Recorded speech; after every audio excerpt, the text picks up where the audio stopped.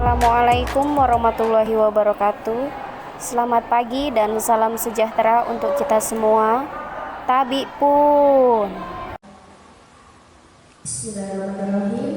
Alhamdulillahirrahmanirrahim. Puji syukur kehadirat Allah Subhanahu wa Ta'ala yang mana pada pagi hari ini kita masih diberikan kesehatan dan kesempatan untuk berkumpul di ruangan kelas SMP YP 17 Baradatu dalam keadaan sehat walafiat. Yang saya hormati Bapak Kepala Sekolah dan Bapak Ibu Dewan Guru Yayasan Pendidikan 17 Baradatu. Yang pertama-tama saya ucapkan terima kasih atas izinnya kepada Bapak Kepala Sekolah untuk acara kegiatan pada pagi hari ini. Kemudian yang kedua saya ucapkan terima kasih kepada Bapak Ibu Guru yang sudah menyempatkan hadir pada kesempatan ini. Semoga kehadiran Bapak Ibu semua dibalas kebaikannya oleh Allah Subhanahu wa Ta'ala. Amin Allahumma amin. Shalawat serta salam tak lupa kita junjungkan kepada junjungan kita Nabi besar Muhammad Sallallahu Alaihi Wasallam yang insya Allah kita nantikan syafaatnya di yaumul kiamat nanti. Amin Allahumma amin. Baik, untuk yang pertama acara dimulai dari sambutan dari Bapak Kepala Sekolah kepada Bapak Joni Purwantoro MNPD, dipersilakan. Terima kasih. Bismillahirrahmanirrahim. Assalamualaikum warahmatullahi wabarakatuh. Alhamdulillahirrahmanirrahim. Puji syukur kepada Allah karena pada pagi hari ini kita diberi kesehatan, kesempatan untuk berkumpul di SMP 17 Baradatu dalam rangka GBK ke-11 Kabupaten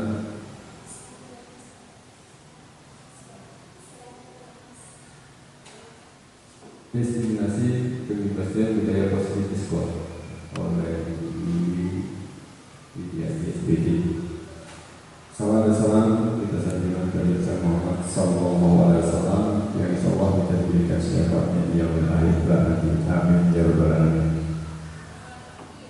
Yang saya hormati, yang saya banggakan, guru-guru SMK YP 17 Baradatu dan guru staf SMP YP 17 Baradatu. Alhamdulillah hari ini kita bisa bersama-sama berkumpul intinya dalam peningkatan kualitas pendidikan yang ada di sekolah. Nanti jika ada acara seperti ini di SMP YP 17, intinya guru-guru SMP YP 17 siap untuk hadir di SMP YP 17 Baradatu. Begitu Bapak Ibu. Dan ini diharapkan start, jadi tidak terhenti di sini, terus diadakan kegiatan-kegiatan ini karena suka tidak suka kemajuan zaman harus kita ikuti. Jadi bisa linear dalam praktik olahraga. Dan saya ucapkan terima kasih atas Juli karena pada hari ini bisa memberikan ilmu-ilmunya untuk kebersamaan intinya pendidikan yang ada di Yayasan Pendidikan 17 Baradatu. Dan yang terpenting adalah dalam prakteknya nanti sistem kurikulum merdeka itu peran penting itu bukan di mulut tapi di hidupnya. Pengembangannya tidak terbatas. Artinya merdeka itu kebebasan, berekspresi, inovasi. Walaupun yang namanya pemerintah masih turut campur, seperti buku-bukunya harus disediakan, harus beli. Sebenarnya namanya merdeka itu bebas, tapi tidak menjadi masalah. Dan kita yang ada di sini semua jelas apa yang disampaikan tadi harus mengikuti perkembangan zaman, baik itu bukunya apalagi kepala sekolahnya. Saya dan Pak Haji Basir tanggal 20 itu rapat yayasan provinsi. Ternyata di seluruh provinsi ini ada 20 sekolah di naungan yayasan. besar. Nah, alhamdulillah Waikanan yang terbesar di Provinsi Lampung, baik SMK maupun SMP-nya. Dan diharapkan juga oleh Bapak Yayasan perkembangan ini tidak berhenti sampai di sini, terus maju. Guru-gurunya terutama, karena swasta itu satu gurunya yang berpotensi, dua fasilitasnya lengkap. Kalau fasilitasnya lengkap, gurunya tidak berpotensi, tidak bisa berjalan. Gurunya berpotensi, fasilitasnya tidak lengkap, dia tidak berjalan. Jadi harus seimbang. Alhamdulillah SMK dan SMP sudah berjalan. Ini sedikit cerita, saya pernah mengajar beberapa puluh tahun di SMK dari nol bersama Pak Agus, Haji Agus, kakaknya Pak Agus.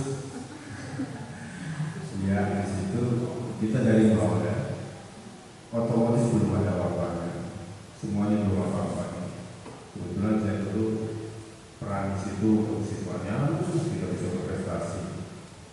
Bahkan yang membuka Siker Mas raksasa di Bandar Lampung itu dihadiri beberapa negara SMK di bukan gitu ya. Dan lomba-lomba banyak juara, kemudian otomatis mulai berkembang. Saya sampaikan kepada otomatis kalau membuat videonya kini beberapa perusahaannya alhamdulillah berkembang. Kita bisa kerjasama dengan beberapa perusahaannya alhamdulillah berkembang baik. Kemudian sebuah hal, saya diminta DC 17 konsentrasi DC 17 karena tidak bisa ada yang memegangnya. Ya, saya ngikut sepuh-sepuh nih gimana, ketua-tuanya gimana, ya saya ikuti aja. Soal kemungkinan di mana-mana sama, tanggung jawabnya sama beratnya. Bapak Ibu yang saya hormati, mungkin saya tidak bisa begitu lama sebagai pembuka, dan diharapkan ke depannya nanti jika ada acara-acara ini, dua kepala sekolah harus diundang sebaiknya atau guru yang lain. Pak Haji Basirah datang, saya datang. Artinya dukungan dari kepala sekolah penuh untuk hal-hal seperti ini.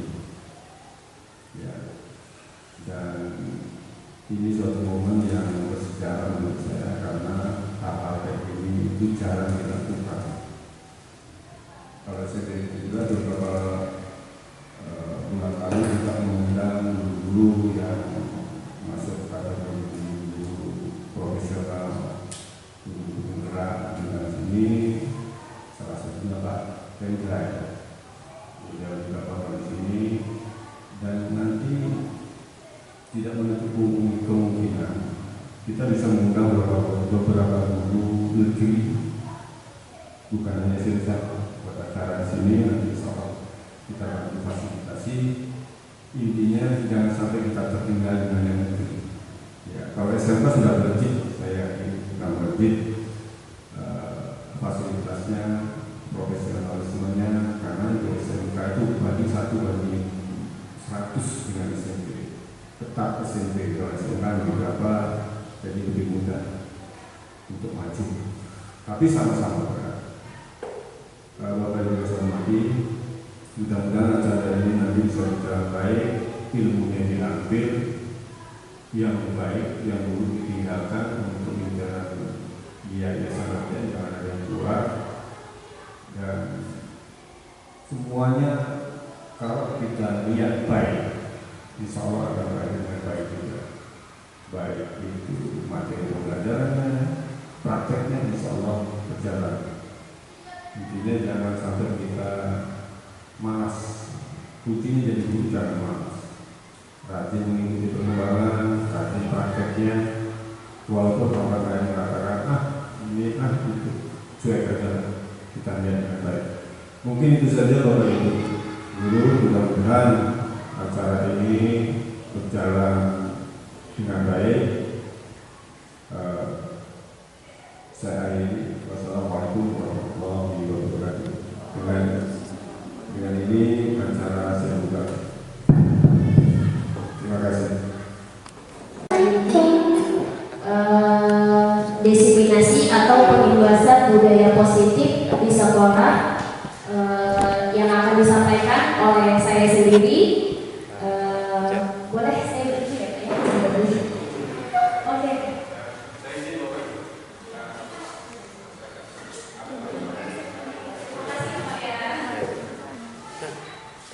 Oke Bapak Ibu, tadi lupa ya, sebelum kita memulai acara pada pagi hari ini, sebelum kita masuk ke materi, marilah kita bersama-sama membaca Bismillah. Oke, sebelumnya saya ada sedikit pantun, karena basic saya adalah bahasa Indonesia, jadi kurang lengkap kalau tidak ada pantun. Tumbuh subur buah rambutan, tumbuh dekat pohon alpukat. Terima kasih saya ucapkan. Semoga materi hari ini dapat bermanfaat. Oke, di sini tidak usah tegang ya Bapak Ibu, karena di sini saya bukan mau menggurui atau yang lain sebagainya, tapi di sini kita sama-sama belajar, kita sama-sama sharing, kita berdiskusi tentang materi yang sudah saya dapatkan di program pendidikan guru penggerak, yaitu di modul 1.4 tentang budaya positif di sekolah. Oke, sebelum kita masuk lagi ke acara inti, ini saya ada sedikit ice breaking ya Bapak Ibu. Boleh berdiri semuanya? Ya, semuanya berdiri, oke. Saya punya satu tepung, namanya tepung ATM. Saya kasih contoh dulu ya Bapak Ibu. Jadi nanti ketika saya bilang tepung ATM, gitu ya. A, aktif, tepuk lagi. T, terlatih, tepuk lagi. M, mandiri, tepuk lagi. Kemudian nanti ketika saya bilang SMP YP 17 Baradatu, Bapak Ibu jawabnya yes, yes, yes, luar biasa. Bisa dipahami Bapak Ibu? Kita coba ya, kita simulasi dulu. Tepuk ATM, aktif.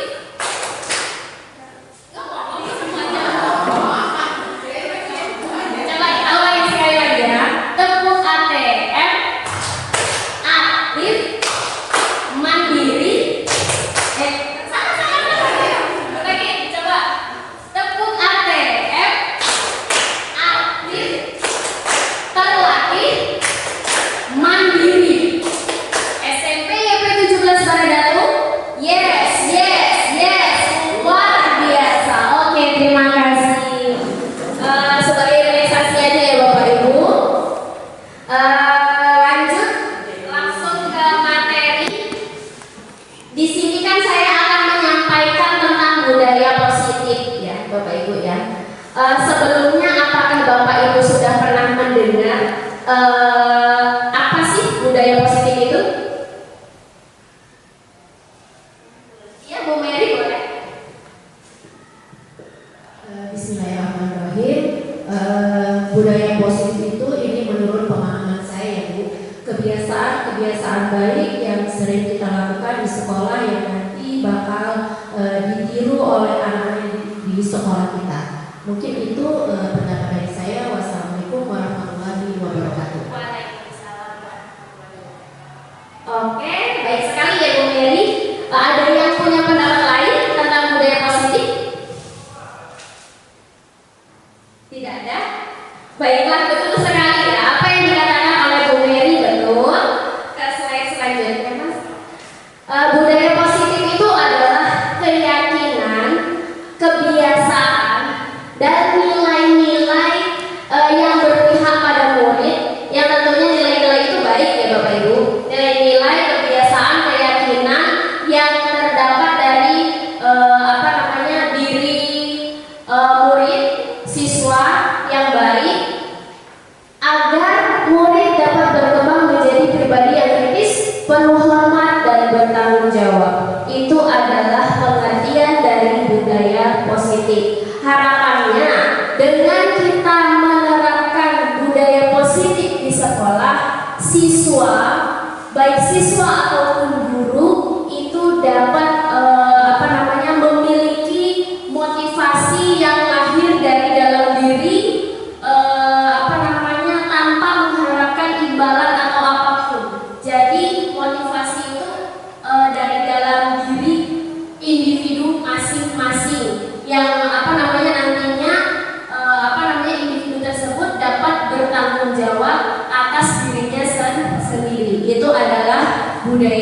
positif.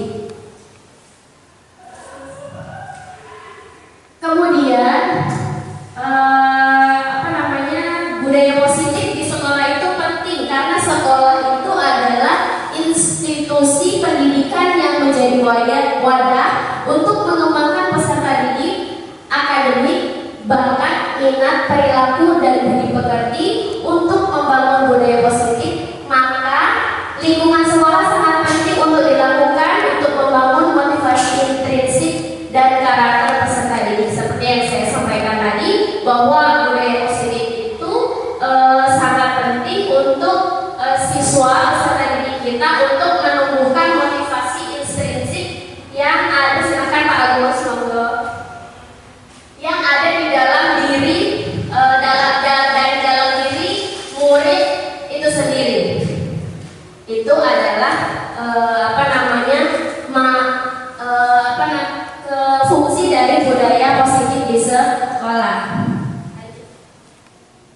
Kemudian di sini ada filosofi pendidikan menurut Ki Hajar Dewantara.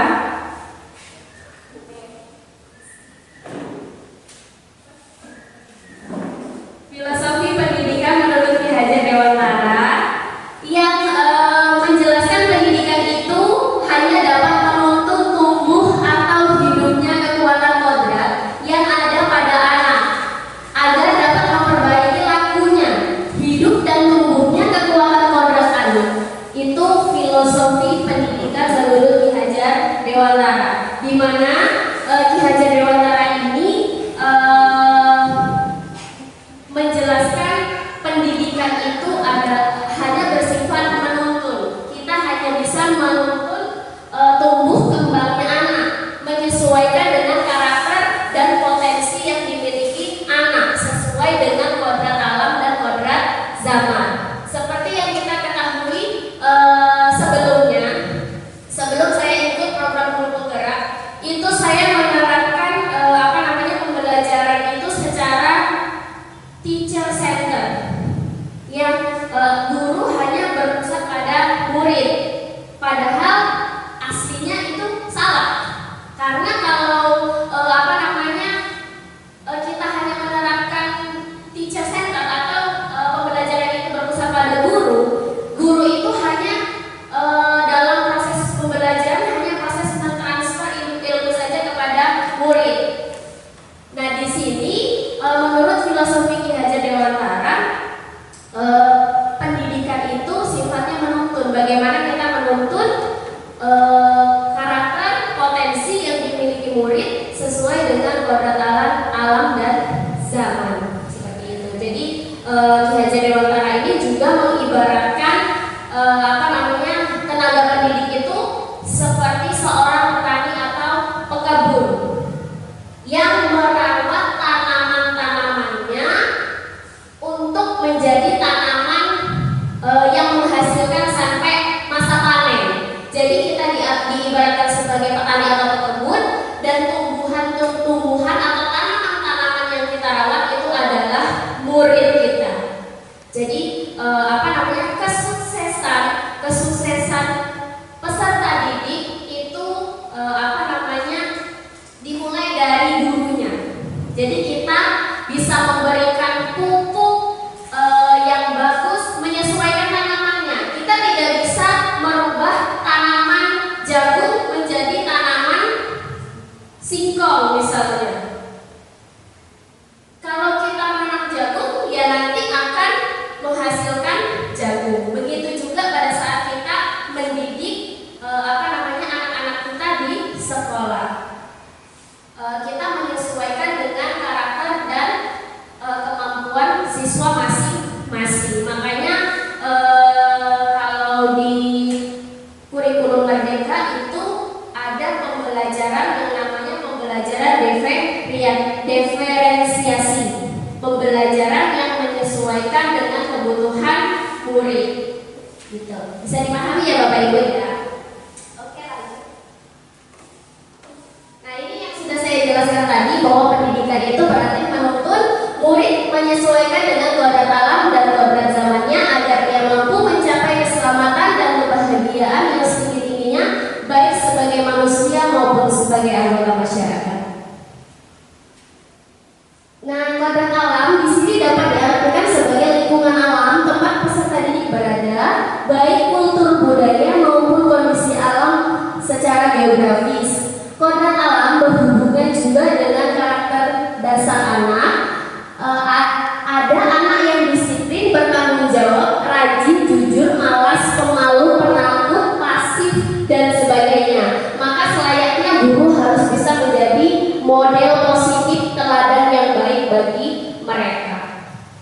Kemudian di sini kodrat zaman diartikan perubahan dari waktu ke waktu.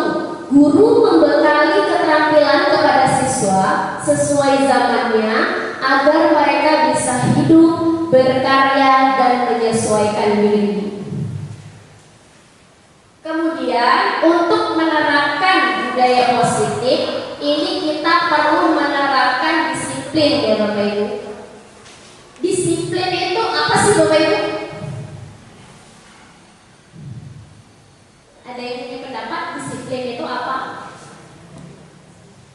Tepat waktu? Bagus? Ada pendapat?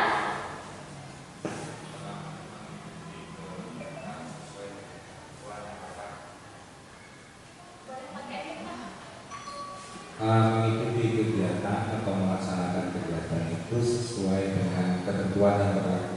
Misalnya kegiatan KBM yang dimulai dari 7.30, siswa harus hadir di kelas, berikut juga dengan gurunya harus hadir di kelas, maka seluruh elemen kelas itu baik siswa maupun guru sudah hadir di kelas sesuai waktu yang sudah disepakati. Oke, ya betul sekali ya. Disiplin itu bagaimana cara kita itu menghargai waktu, ya Bapak Ibu. Baik di sekolah maupun di rumah di mana saja. Itu adalah tanggung jawab kita sebagai seorang guru misalnya, sebagai seorang siswa.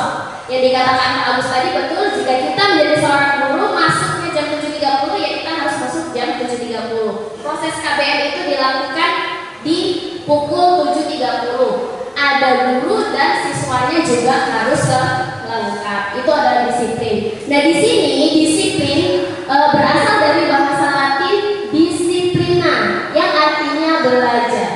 Kita belajar, ya. Belajar mendisiplinkan diri. Tadi sudah saya jelaskan di awal bagaimana kita itu menumbuhkan motivasi intrinsik, ya. Motivasi intrinsik yang ada dari dalam diri. Jadi kita itu berubah karena kemauan diri sendiri atas motivasi intrinsik untuk lebih bertanggung jawab dan lain sebagainya. Kemudian makna asal dari kata ini berkorelasi dengan disiplin diri dari murid-murid Socrates dan Plato. Disiplin diri membuat orang menggali potensinya menuju sebuah tujuan apa yang dia hargai. Namun dalam budaya kita, makna kata disiplin telah berubah menjadi sesuatu yang dilakukan seseorang pada orang lain untuk mendapatkan kepatuhan. Kecenderungan umum adalah menghubungkan kata disiplin dengan ketidaknyamanan, bukan dengan apa yang kita hargai atau pencapaian suatu tujuan mulia. Seperti yang saya jelaskan tadi, bahwa kita itu harus bisa menumbuhkan motivasi intrinsik.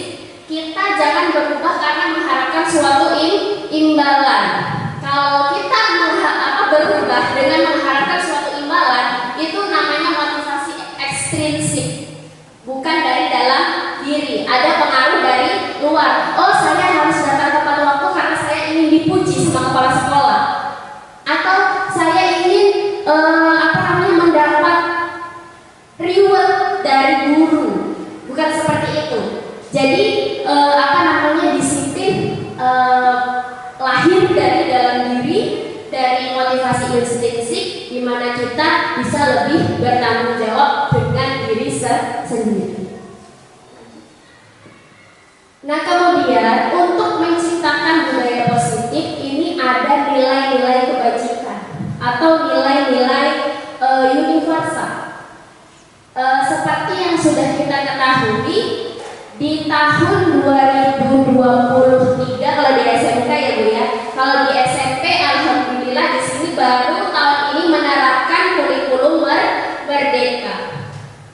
Di kurikulum merdeka itu ada 6 komponen atau 5 komponen ya, yang dinamakan dengan P5. Ada yang tahu P5 apa?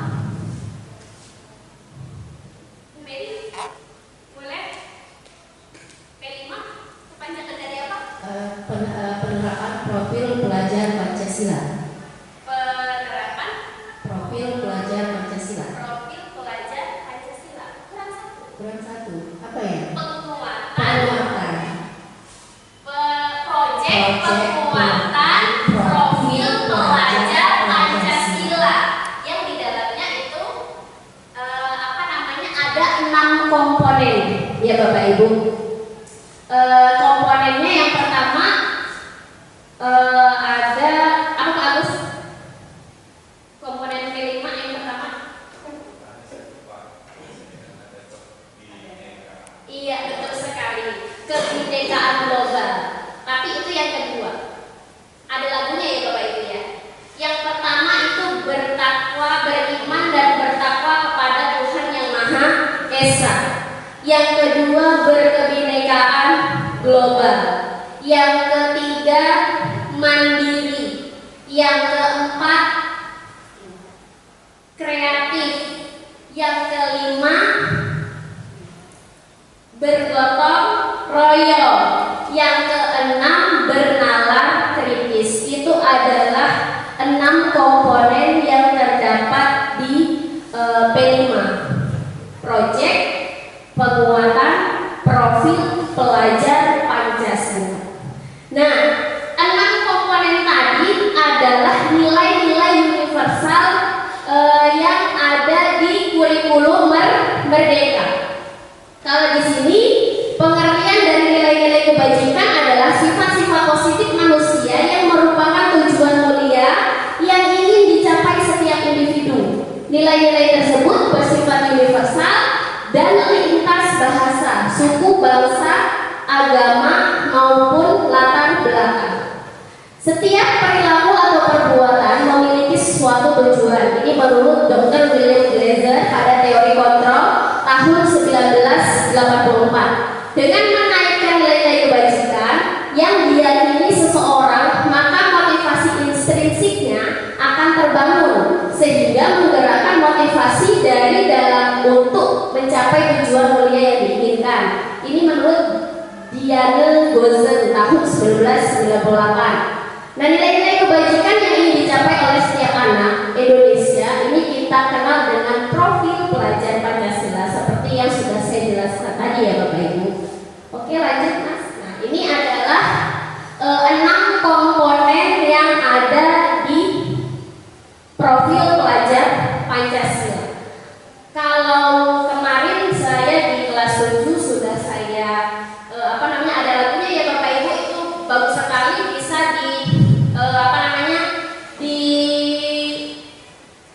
disampaikan dengan peserta didik supaya selalu mengingat 6 komponen profil pelajar Pancasila. Nah, ini adalah 6 komponen tersebut. Lanjut. Nah, ini seperti yang saya katakan tadi bahwa teori motivasi perilaku manusia itu ada 2. Ada teori motivasi secara eksternal dan internal, ekstrinsik dan intrinsik. Kalau yang eksternal itu untuk menghindari ketidaknyamanan atau hukuman. Apa yang akan terjadi apabila saya tidak melakukannya? Contohnya tadi misalnya kita datang tepat waktu karena ingin dipuji oleh kepala sekolah.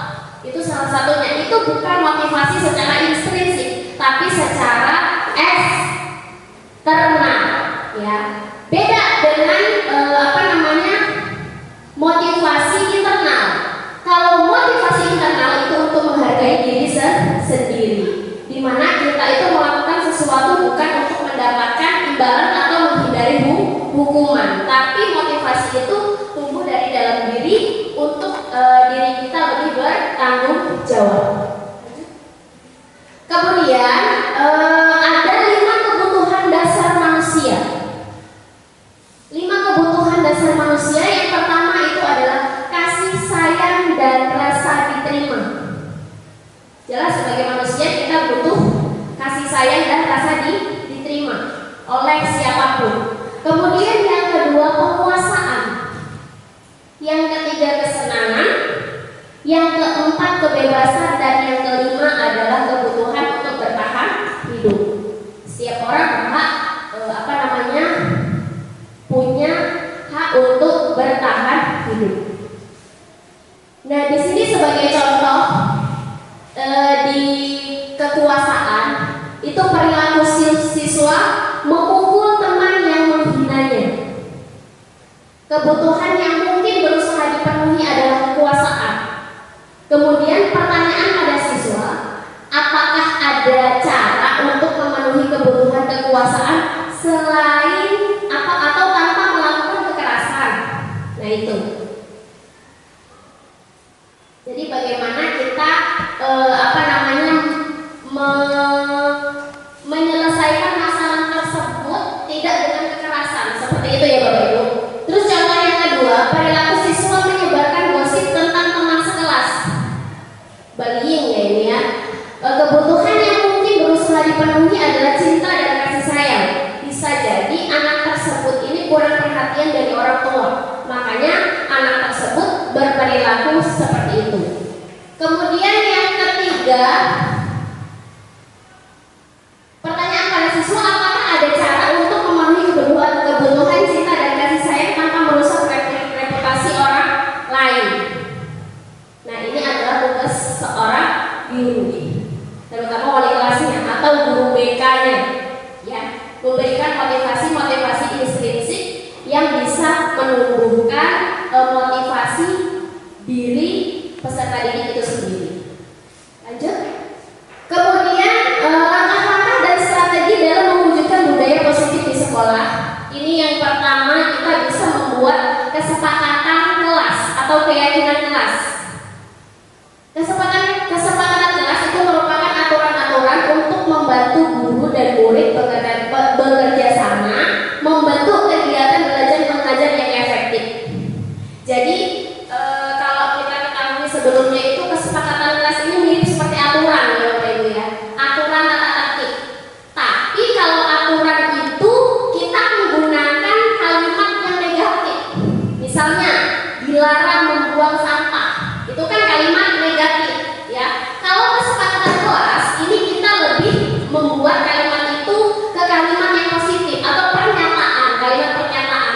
Contohnya selalu menjaga kebersihan.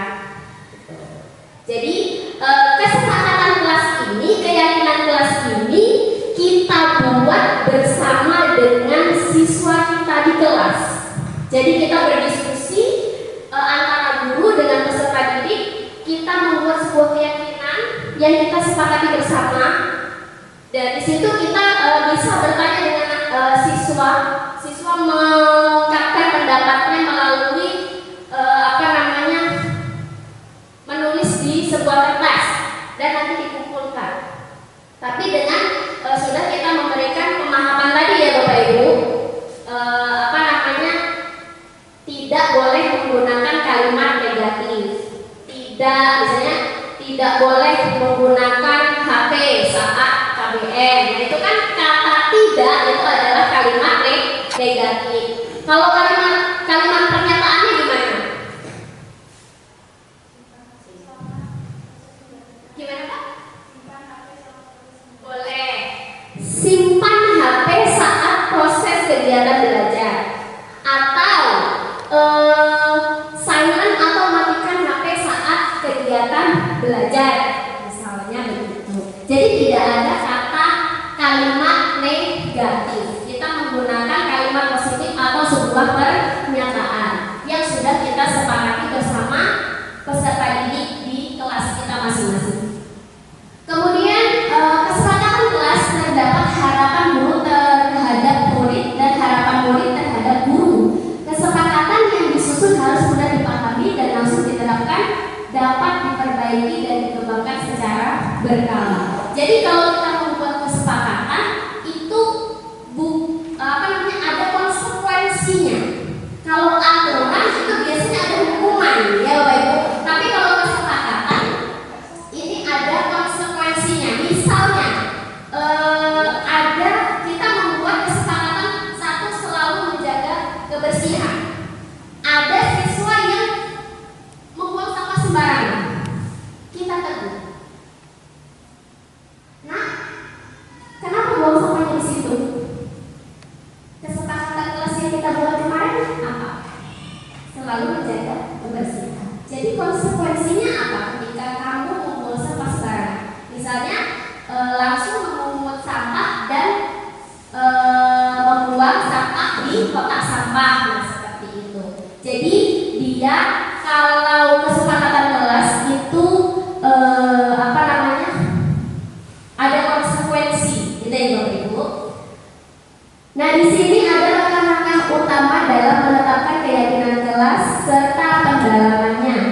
pertama, tadi sudah saya jelaskan ya Bapak Ibu, berdiskusi memunculkan peraturan yang perlu ditaati warga kelas.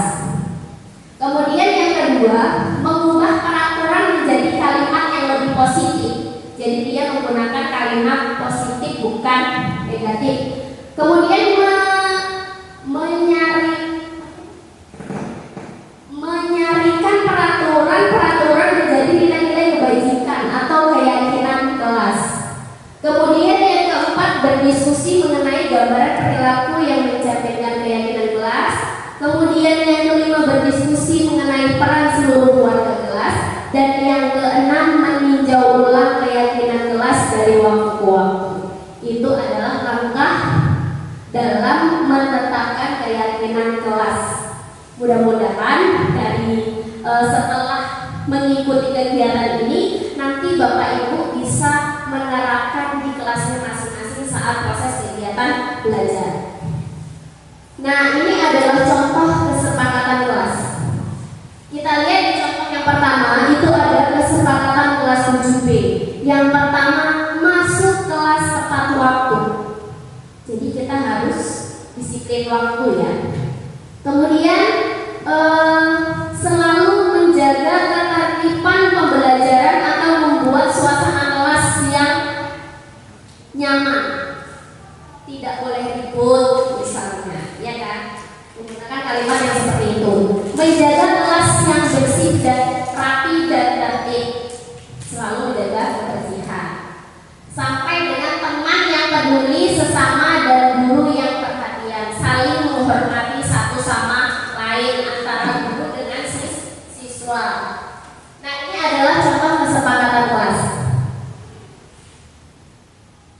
Kemudian yang kedua, ini menentukan posisi kontrol guru. Posisi kontrol guru itu ada 5. Yang pertama sebagai penghukum, yang kedua sebagai pembuat orang merasa bersalah, yang ketiga sebagai teman, yang keempat sebagai monitor atau pemantau, dan yang kelima sebagai manajer. Nah, di sini ada contoh tindakan perbuatan 5 posisi kontrol yang ada pada guru. Yang pertama sebagai penghukum, itu dia lebih memberikan hukuman kepada siswanya ketika siswa itu melanggar tata tertib atau aturan ya. Di sini guru berbuat menghardik, menunjuk-nunjuk dan menyakiti, menyindir. Ini sangat tidak baik sekali ya Bapak Ibu ya. Apalagi sampai kita mengeluarkan kata-kata yang tidak bagus terhadap peserta didik. Kemudian contoh katanya itu, kalau kamu tidak melakukan, awas ya, rasakan, diancam sama gurunya. Itu contoh contoh penghukum ya, posisi kontrol sebagai penghukum. Kemudian hal yang seperti itu bisa membuat anak itu menjadi trauma.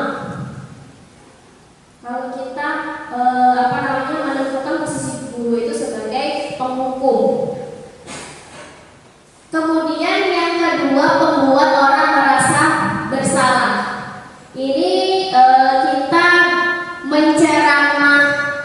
menceramahi dan mengatakan seharusnya ibu kecewa. Contohnya, kamu seharusnya sudah tahu, ibu lelah sekali mengatakannya. Ibu stres. Nah, itu membuat orang merasa bersalah.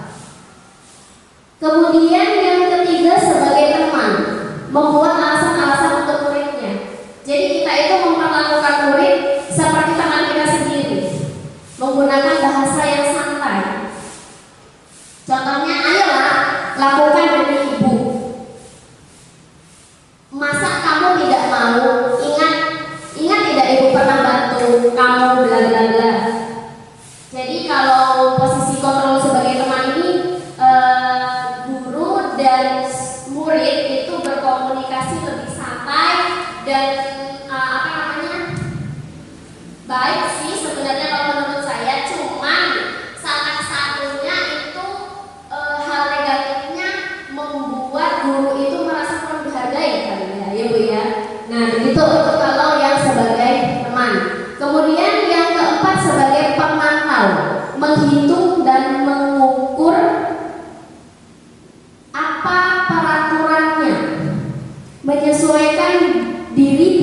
evaluasi. Murid meletakkan guru, peraturan, dan hukum di dunia yang berkualitas. Kalau posisi sebagai pemantau ini, guru lebih memberikan solusi kepada siswa agar siswa itu tidak melakukan perbuatannya lagi. Bagus nih kalau sebagai pemantau ini juga ya. Terus yang terakhir sebagai manajer, mengajukan pertanyaan pernyataan. Apa yang kita yakini, apa yang bisa kamu kerjakan untuk memperbaiki masalah ini. Ini yang paling tepat posisi sebagai manajer. Jadi guru memberikan motivasi, memberikan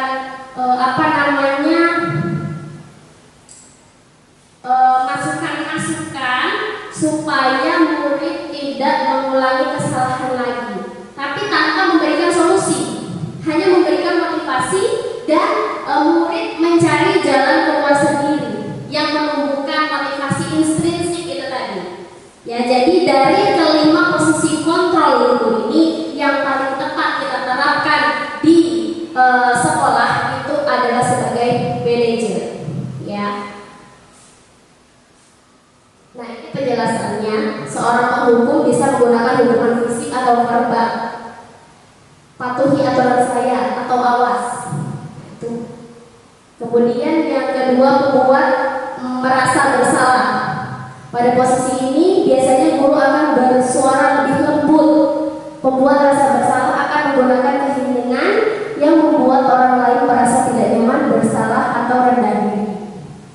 Ini pembuat merasa bersalah. Itu contohnya, bapak sangat kecewa sekali dengan kamu.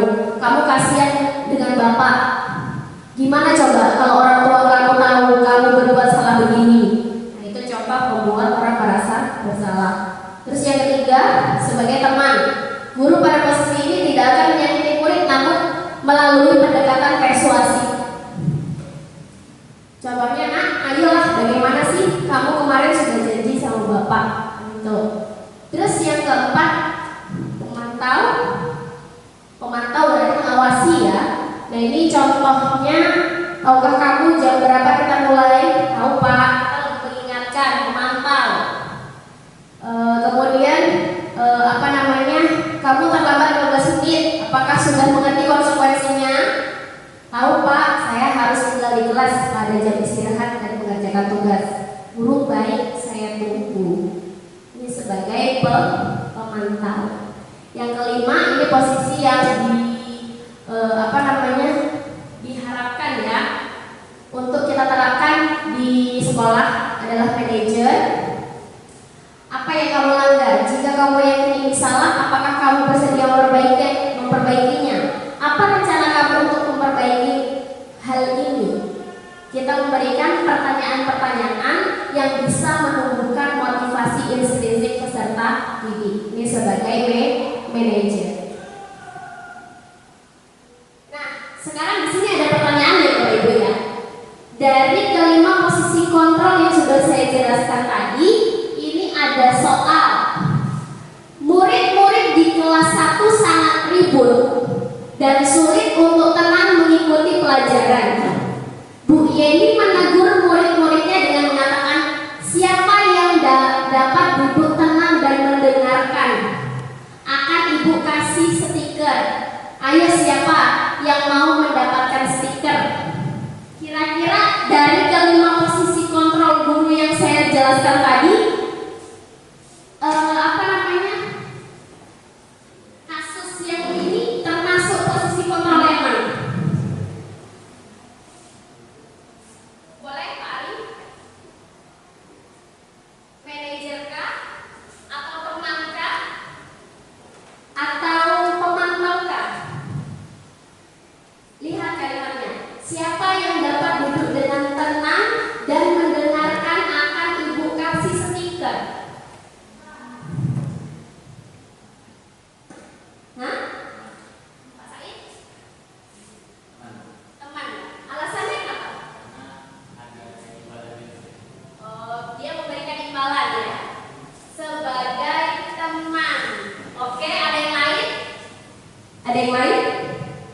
punya pendapat lain? Hah?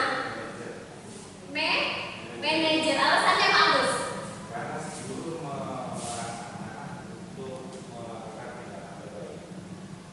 Karena guru menyuruh anak untuk melakukan tindakan yang terbaik. Oke.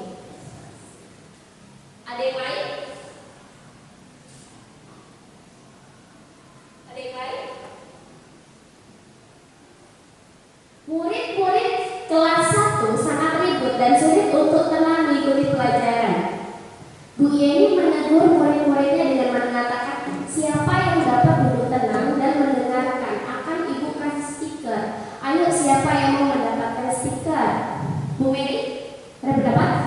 Ya, itu bisa sebagai teman karena dia merasa mendekatkan diri ke siswa tersebut, dan dia di situ ada ibu kasih stiker, dan di situ ibu tuh memberikan apresiasi untuk siswa yang bisa duduk tenang dan mendengarkan. Manajer.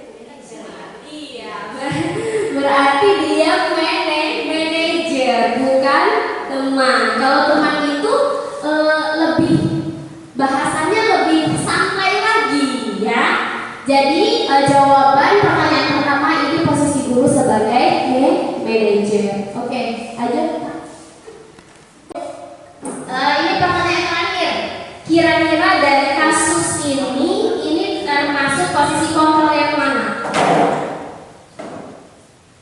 Penghukum atau teman atau soalnya? Oke.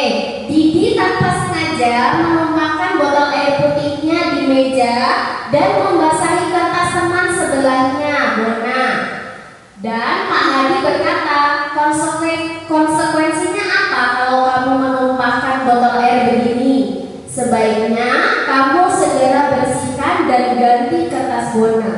Ini Pak Hadi berkata pada Didi, ya, dia menumpahkan air di kertasnya Bona. Kira-kira dari kasus ini posisi kontrol apa yang digunakan oleh Pak Hadi? Apa Mary? Pemantau.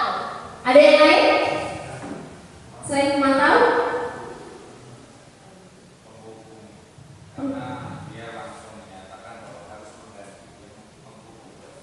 Bagus, penghukum. Oke, kita cari yang tepat ya, Pak, ya.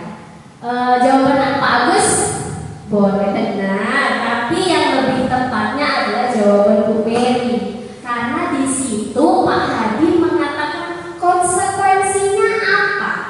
Kalau dia sebagai penghukum, Pak, dia memberikan ancaman kepada Didi.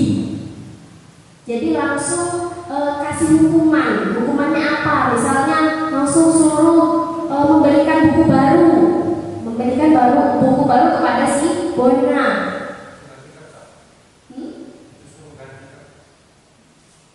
Atau dia lebih ke hukuman fisik, Pak. Ya, dia hukumannya verbal. Misalnya langsung disuruh berdiri di depan kelas. Nah, gitu. Kalau di sini kan Pak Hadi bertanya kepada Didi, konsekuensinya apa kalau kamu menumpahkan air begini, gitu kan? Dia bertanya kepada Didi. Yang lebih tepat di sini posisi Pak Hadi itu menggunakan pemantau karena dia menanyakan konsekuensinya apa kepada Didi. Oke, lanjut. Lewatin aja. Nah, tadi sudah saya katakan ya Pak, Bapak Ibu, bahwa posisi dari 5 posisi kontrol guru itu yang paling tepat yang kita terapkan di sekolah itu sebagai manajer. Kita memberikan pertanyaan-pertanyaan dari perbuatan yang sudah dilakukan murid untuk mencari solusinya bagaimana. Jadi kalau manajer ini kita lebih memberikan pertanyaan-pertanyaan yang menumbuhkan motivasi intrinsik dari dalam diri peserta didik. Lanjut yang ketiga. Nah, ini yang terakhir kita dalam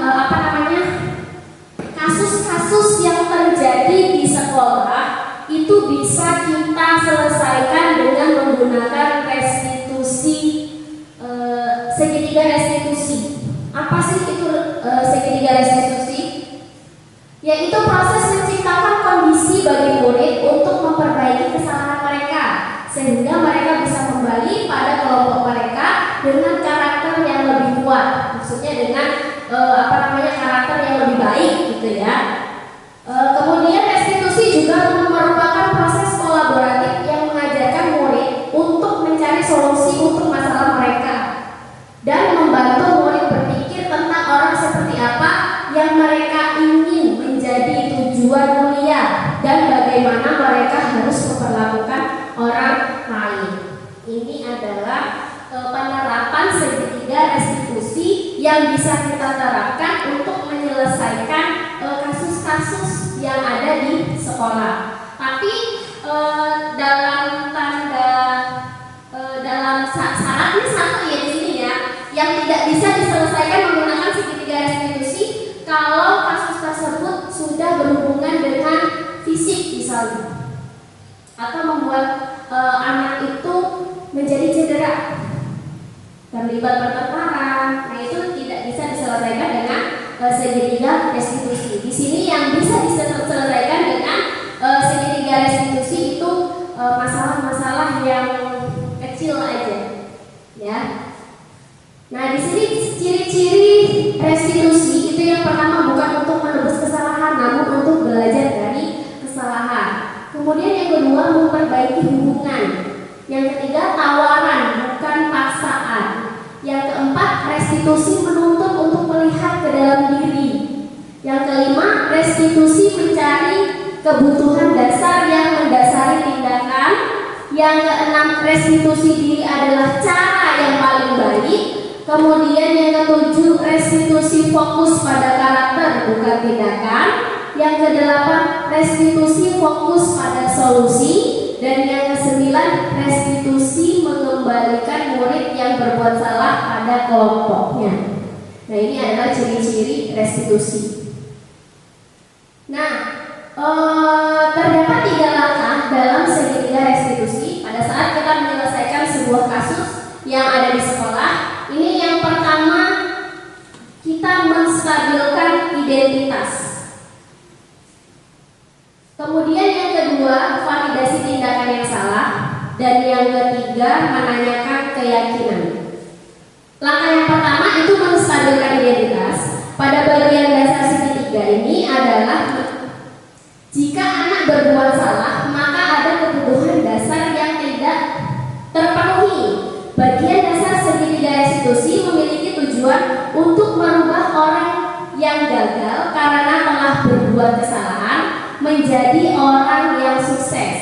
Kita harus mampu meyakinkan mereka dengan mengatakan kalimat seperti tidak ada manusia yang sempurna. Saya juga pernah melakukan kesalahan yang seperti itu. Jadi kita memaklumi kesalahan yang telah diperbuat oleh anak, gitu ya Bapak Ibu. Itu langkah pertama, menstabilkan identitas. Terus langkah yang kedua, memvalidasi tindakan yang salah.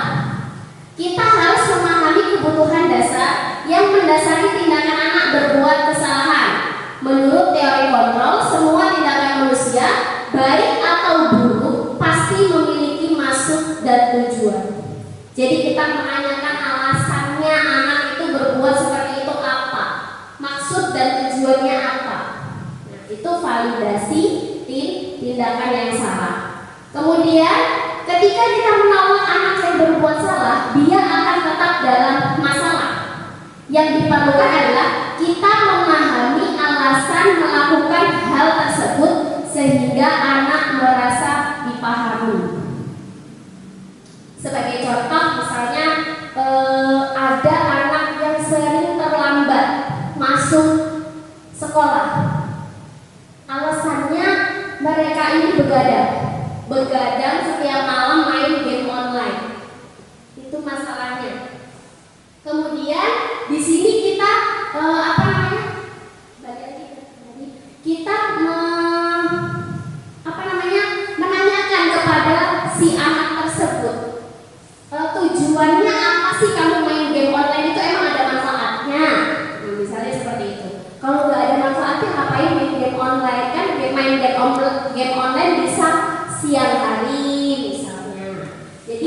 kita menanyakan maksud dan tujuan kenapa kok dia itu begadang sampai malam cuman untuk main game gitu ya Bapak Ibu. Kemudian yang ketiga, kita menanyakan keyakinan. Seperti yang sudah saya jelaskan tadi, ketika di kelas kita harapannya membuat keyakinan kelas atau kesepakatan ke kelas. Jadi kalau datang terlambat itu masuk ke kesepakatan apa? Kedisiplinan, misalnya hadir tepat waktu, kesepakatan yang sudah dibuat ya. Jadi kita menanyakan kembali, kesepakatan kelas apa yang sudah kamu langgar? Keyakinan apa yang sudah kita sepakati di kelas? Misalnya hadir tepat waktu. Jadi kita menanyakan kembali kesepakatan yang sudah dibuat di sekolah, gitu. Jadi langkah ketiga ini kita mencari solusi supaya anak tersebut tidak mengulangi kesalahan dia lagi, menumbuhkan motivasi intrinsik yang ada pada diri anak. Begitu ya Bapak Ibu. Itu adalah posisi segitiga restitusi yang digunakan untuk menyelesaikan kasus-kasus yang ada di sekolah.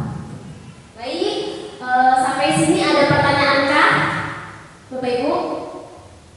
Cukup? Cukup ya Bapak? Oke, kalau tidak ada pertanyaan, saya ucapkan terima kasih. Tapi sebelumnya saya ada pantun, karena tadi di awal saya sudah membukanya dengan pantun. Ini saya akan menutup dengan pantun. Jangan kadang malam main game. Oke, buah markisah, buah mengkudu.